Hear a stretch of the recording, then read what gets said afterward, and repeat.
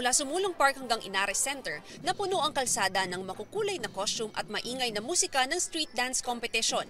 Ito ang opisyal na simula ng Antipolo Maytime Festival 2024. Maytime Festival is the formal opening of the pilgrimage season. We are the first in Southeast Asia na international shrine, and we are the sixth in the world, sharing our culture, our traditions. No, we celebrate it amongst ourselves dito sa Antipolo by widespread street dancing competition na kung saan nagpaparada po lahat ng barangay, lahat ng mga schools.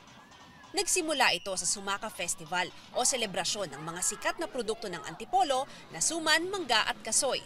Pero ngayon, kasama na rin sa selebrasyon ang kultura at talento ng mga taga-Antipolo. Umpisa na sa galing sa sayaw at ganda ng costume ng mga kalahok ngayong araw. Pagkatapos ng street dancing, may final salvo pa ang 10 paaralang naglaban-laban. Talagang karir dahil tumataginting na 100,000 piso ang premyo.